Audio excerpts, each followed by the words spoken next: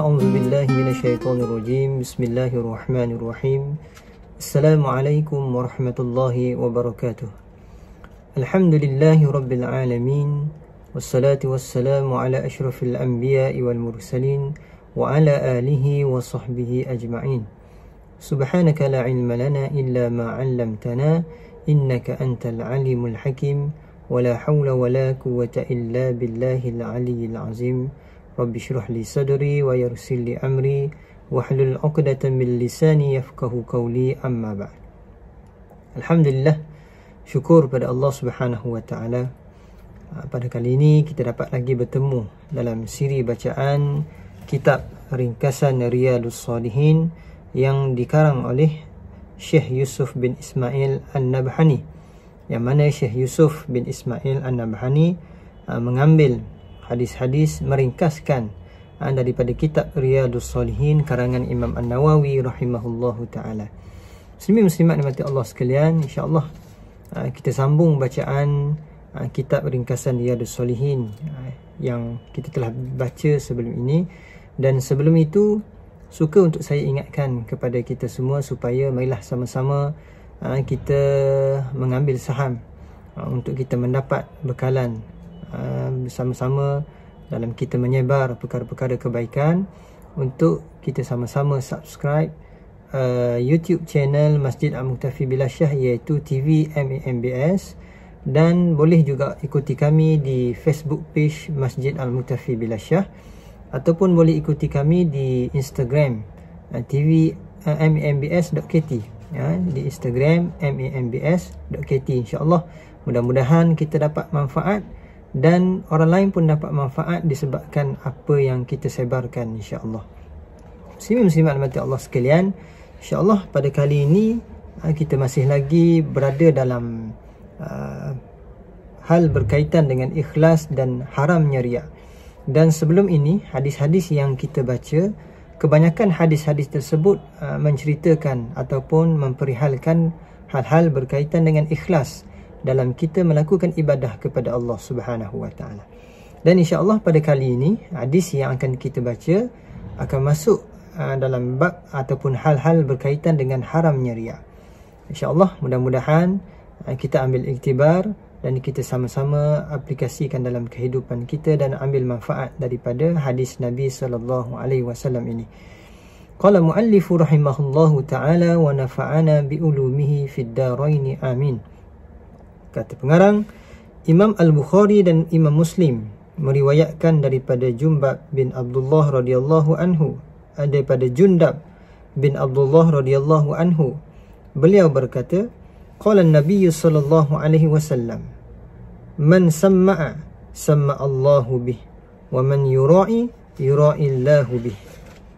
Maksudnya, Nabi sallallahu alaihi wasallam bersabda, sesiapa yang memperdengarkan amalannya supaya diketahui manusia, nescaya Allah akan memperdengarkannya serta mencelanya di hari kiamat.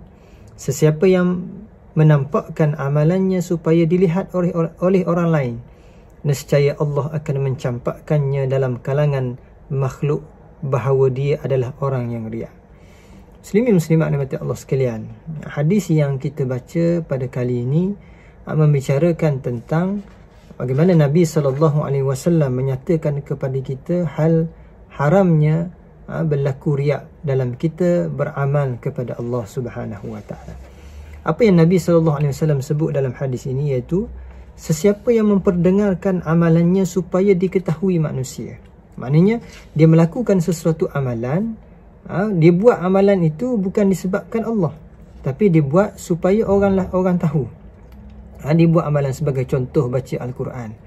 Baca Al-Quran dengan cara yang kuat. Supaya apa? Supaya orang dengar. Bukan baca Al-Quran sebab nak beribadah kepada Allah, tapi baca di tempat orang ramai. Di tempat saja-saja begitu pun, tempat yang orang ramai, untuk orang tahu bahawa dia itu baca Quran. Ataupun perkara-perkara yang lain dalam bab-bab melakukan ibadah kepada Allah Subhanahu wa taala. Jadi kata Nabi sallallahu alaihi wasallam, nescaya Allah akan memperdengarkannya serta mencelanya di hari kiamat. Orang yang begini, orang yang mempunyai sifat riak ini, di hari akhirat nanti Allah akan mencelanya di hadapan khalayak ramai, di hari kiamat nanti. Dan kata Nabi SAW lagi, sesiapa yang menampakkan, sesiapa yang menunjukkan amalannya supaya dilihat oleh orang lain, buat amalan untuk nak menunjuk-nunjuk, sebagai contoh, nak derma, kalau tak ada orang tak mau bagi derma, bila ada orang baru nak bagi, sebagai contohnya. Ataupun tunjuk di depan orang ramai, tak buat sesuatu benda, buat sesuatu kebaikan, tunjuk pada orang. Kalau belakang ni tak buat pun, tapi depan orang tunjuk. Supaya apa? Supaya orang lihat. Lalu kata Nabi SAW, nescaya Allah akan menampakkannya dalam kalangan makhluk bahawa dia adalah orang yang riak. Bahawasanya Allah di hari kiamat nanti akan menyatakan di hadapan khalayak ramai bahawasanya orang ini melakukan sesuatu amalan itu bukan disebabkan kerana redha ataupun ikhlas kerana Allah, tapi disebabkan ingin menunjuk-nunjuk kepada manusia bahawa dia ni orang yang baik, supaya orang kata pada dia, dia orang yang bagus, orang baik, orang yang suka tolong orang, supaya orang kata, bukan sebab nak dapat pahala di sisi Allah Subhanahu wa taala. Kata pengarang lagi, Imam Muslim meriwayatkan daripada Abu Hurairah radhiyallahu anhu, beliau berkata, qala Rasulullah sallallahu alaihi wasallam, qala Allah taala, ana aghna asy-syuraka 'ani syirki man 'amila amalan asyraka fi ma'i ghairi taraktuhu wa syirkahu, wa fi riwayatin fa ana minhu bari'un huwa lilladhi amilahu. Maksudnya Rasulullah sallallahu alaihi wasallam bersabda, Allah Subhanahu wa taala berfirman, aku tidak memerlukan mana-mana sekutu untuk bersekutu. Sesiapa yang berbuat kebaikan, sesiapa yang berbuat kebajikan dengan menyertakan sekutu lain selain daripadaku, maka aku meninggalkannya bersama sekutunya itu. Dalam suatu riwayat, maka aku berlepas daripadanya. Dia adalah milik kepada siapa yang dia melakukan amal kerananya. Maksud apa yang Nabi SAW sebut dalam hadis, yang mana Allah Subhanahu wa taala berfirman, barang siapa yang melakukan amalan disebabkan bukan kerana Allah, buat amalan sebab orang lain, sebab makhluk lain, sebab apa yang nak dapatkan, apa yang ada di atas muka bumi Allah Subhanahu wa taala, bukan sebab kerana Allah, maka Allah berlepas. Maknanya Allah tidak akan bagi sedikit pun pahala ganjaran kepada orang tersebut. Bahkan di hari akhirat nanti Allah tidak akan menerima amalan orang tersebut. Allah tahu apa yang dibuat, tapi Allah tidak terima amalan dia. Ini apa yang dinyatakan oleh Nabi SAW kepada kita, supaya apa? Supaya kita dalam kita melakukan amal kebaikan, amal kebajikan di atas muka bumi ini, hendaklah kita melakukan amal tersebut ikhlas kerana Allah Subhanahu wa taala. Jangan kita buat kerana makhluk selain daripada Allah. Buat sesuatu amalan kerana makhluk, buat sesuatu amalan kerana nak menunjuk pada orang, buat sesuatu amalan kerana nak biar orang kata bahawa orang ni orang yang baik, bahawa dia tu orang yang baik. Jangan kita buat begitu. Sebab apa?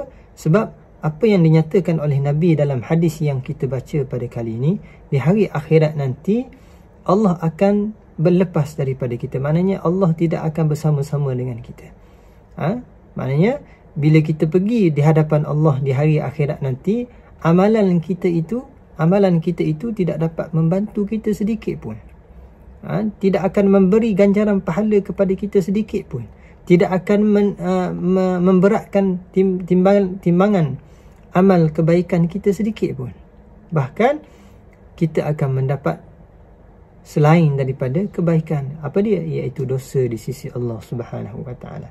Muslimin muslimat dimati Allah sekalian, marilah sama-sama kita ambil pengajaran dan iktibar daripada hadis-hadis Nabi yang kita baca pada kali ini, dan sama-samalah kita melakukan amal ibadah, amal kebajikan ikhlas kerana Allah Subhanahu Wa Taala, bukan kerana makhluk yang lain yang ada atas muka bumi. Sebab berdasarkan apa yang dinyatakan oleh Nabi SAW, berat bagi orang, berat bagi dia ataupun rugi bagi dia di hari akhirat nanti. Rugi di sisi Allah Subhanahu Wa Taala, tidak ada sedikit pun ganjaran pahala yang akan diberikan kepada orang yang riak ini. Jadi muslimin muslimat mati Allah sekalian, sama-sama kita ambil iktibar. InsyaAllah kita akan sambung lagi pada siri yang akan datang. Allah Subhanahu Wa Taala a'lam. Assalamualaikum warahmatullahi wabarakatuh.